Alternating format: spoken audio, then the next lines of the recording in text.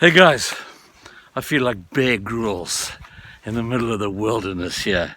Just have to put my little gloves on quickly. Good to be with you in the freezing cold here. But we're talking about fighting the good fight, and want to declare to you today that God says we have to join him in this battle. In the book of Joshua, he says very clearly to Joshua, he says, go and take possession of the land. You see, there's some things God gives us, and there's some stuff that we have to take possession of. Now, the land that he was talking about was the land that he referred to often as the inheritance of the children of Israel. This is what they'd come out of Egypt for. This is what they'd weathered the storms through the wilderness for. And God says to them to go and take possession of the land. And in Joshua 11:23, it says that Joshua did just that. He took possession of the land. Yet in chapter 13, God says there's still more to take. You see, the whole land was at Joshua's beck and call. He could have taken the whole land. And God had said to him, wherever your foot will go, I will give that place to you. And Joshua did okay, but he didn't take as much of the land as he possibly could. You see, there's a difference between what you inherit and your possession of your inheritance. Sometimes we think that our inheritance is given to us. Nah, in Joshua's case, he had to take as much of his inheritance that he wanted. And so he did as much as he could.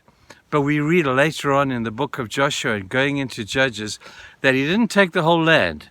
There were some enemies that were still there that he did not drive out. But I want to say to you today, they failed to receive their total inheritance because they failed to settle, or they settled for that which they could just possess.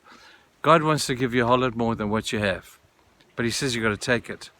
And it's a forceful thing. We've got to drive sinful habits out of our minds. We've got to drive negative thinking from our heads. We've got to learn what it means to aggressively go against sin. We're so passive in our fight with sin. Well, que sera, I can't manage this and I can't fight that.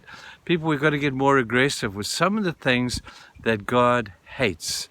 And when we do that, we are possessing our inheritance right down here and right now. I know that there is an inheritance waiting for us in heaven. I know that full well.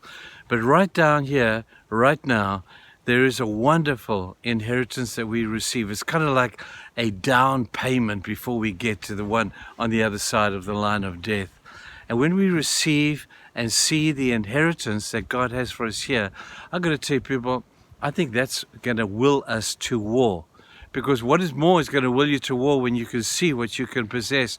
And there is peace, there is joy, there is all of those beautiful things that God says, I want you to possess these things. But you will only get as much as you take. And if you're going to take, you're going to have to go aggressively against sin. You're going to have to go aggressively against the things that inhibit you from taking all that God has for you. Maybe you need to get up and go against passivity.